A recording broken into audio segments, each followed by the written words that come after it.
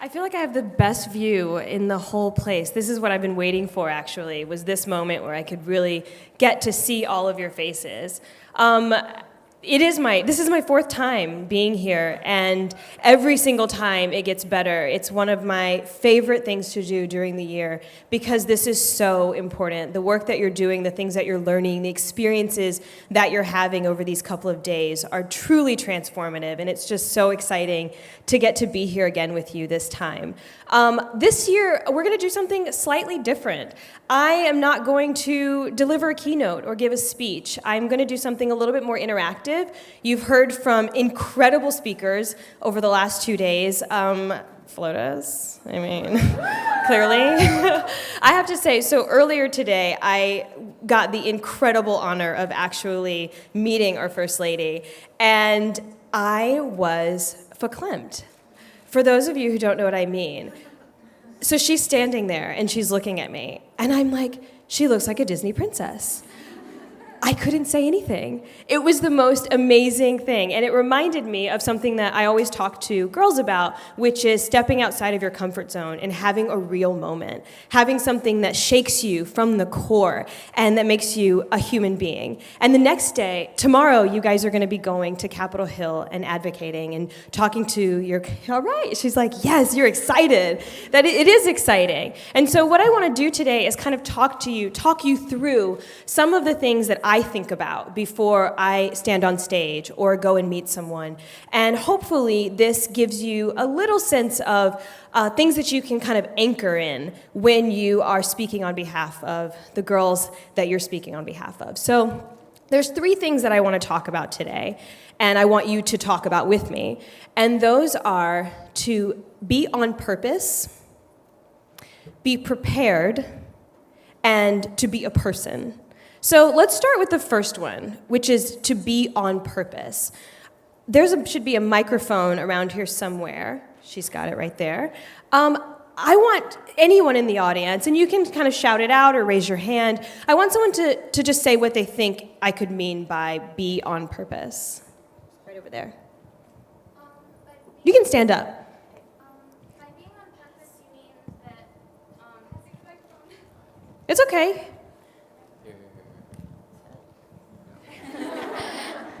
By being on purpose, you mean being on topic, not straying from the point you're trying to get across. That is part of it, absolutely.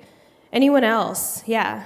And if the mic doesn't make it to you and you just have a big voice, feel free to just use that big voice. I think being on purpose means, like, if you think you made an accident, like, don't apologize. Oh, that's a really good one. Yeah. You know, I want to actually address that aspect of apologizing. How many of you say, I'm sorry, at least 3 times a day? We all do. It's almost an epidemic, really. It's like someone bumps into me and I go, oh, I'm sorry. What are we really apologizing for? For taking up space? For existing? I challenge every single one of us in this room to try to go a whole day without saying, oh, I'm sorry, and replacing that with something else, excuse me, or some other word, but just really starting to recognize that a lot of times when we say, oh, I'm sorry, we're not really actually sorry. We are playing small, and we're making ourselves smaller in a moment than we even need to be, and it's absolutely okay to take up space. Who else had, yes? I think it also means like being fulfilled in what you believe in and like doing it on purpose and really knowing what you're going to do and then acting on that. Absolutely. That's really the point that I wanted to make with being on purpose. Being on purpose is recognizing that you have an intention, that you have a reason for being, and that your reason for being is actually larger than you. Recognizing, what is it that I intend to get out of this situation? What is my goal? What is my objective? How do I want to feel, and how do I want the person that I'm communicating with to feel? And that could be anything. That could be, I really want to inspire the person that I'm going to meet, or I really want to motivate them, or have a call to action, or plant a seed. And it's recognizing that it isn't your individual responsibility to get a bill passed. It isn't your individual responsibility to change the world or solve every world issue. But who you are and the moment, that little piece of time that you get to share what's important to you, that moment could be planting a seed. That moment could be elevating. Someone could have potentially heard about the campaign and you could be the catalyst.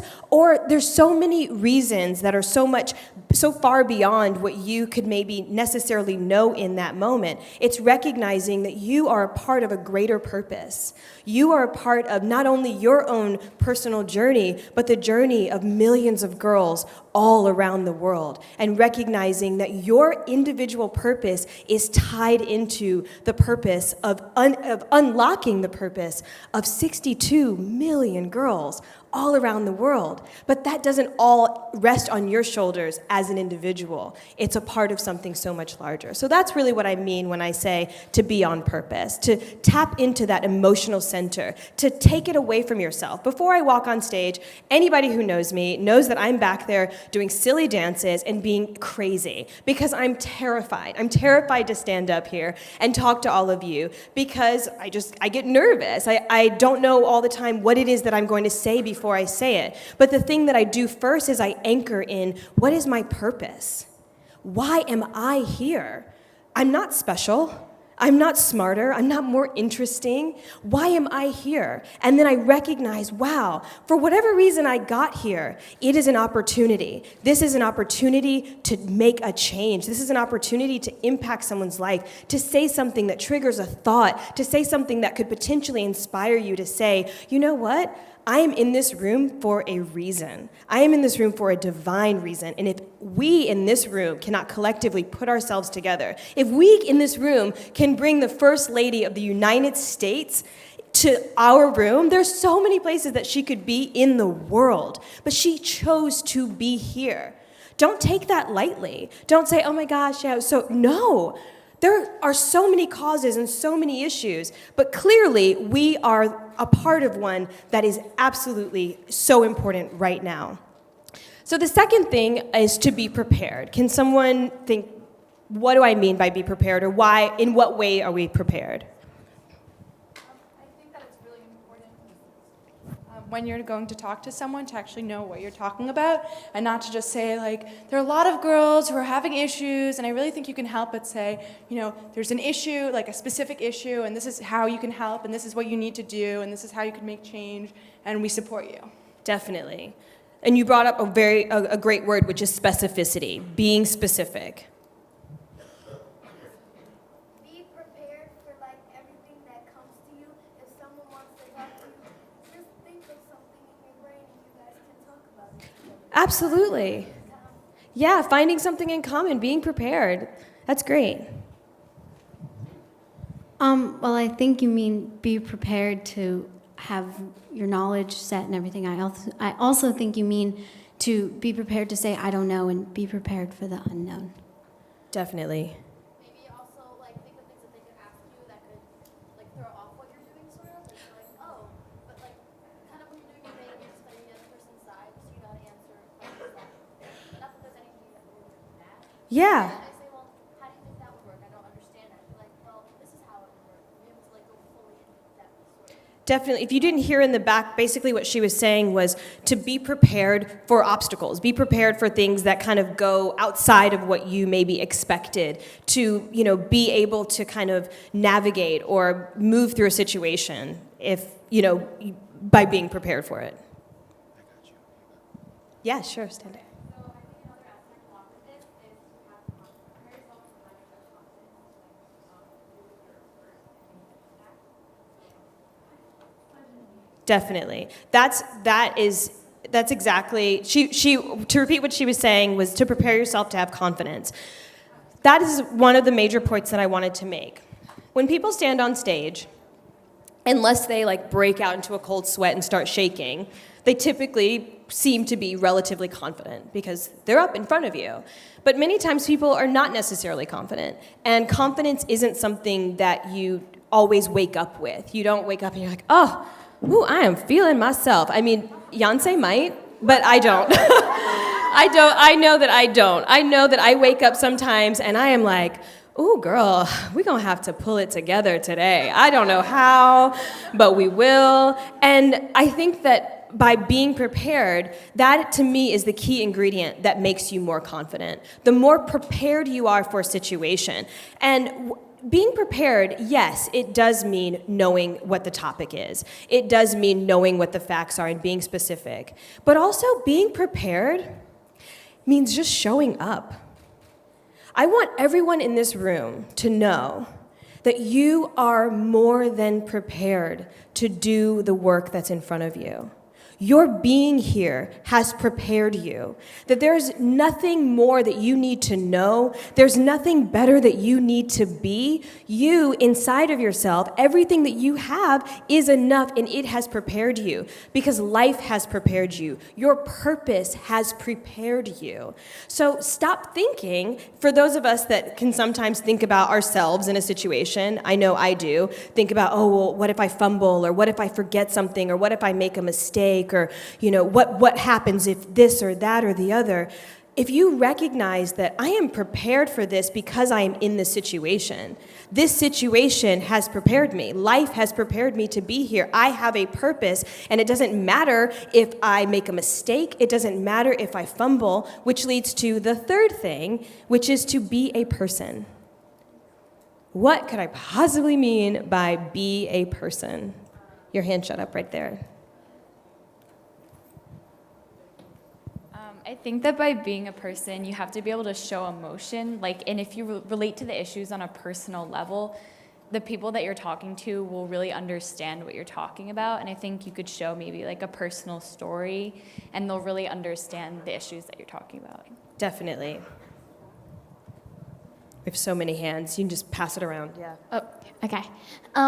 I think be a person basically means that you have to show who you are. You can't just be like on the stage.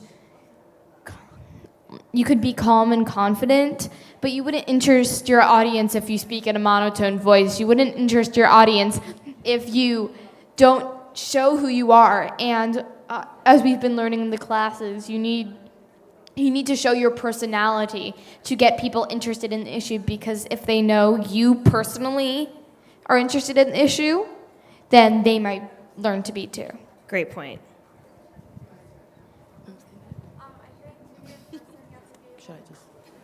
Sure.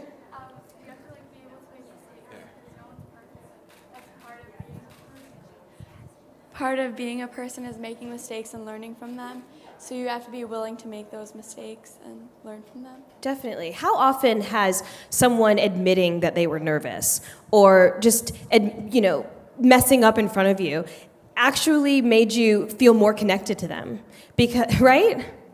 Because when people show you that they aren't perfect and they are willing to really just be vulnerable and be a mess sometimes, it's okay, because none of us are doing this because we're perfect. None of us are doing this because we have all the answers or we're better. We're doing this because we care.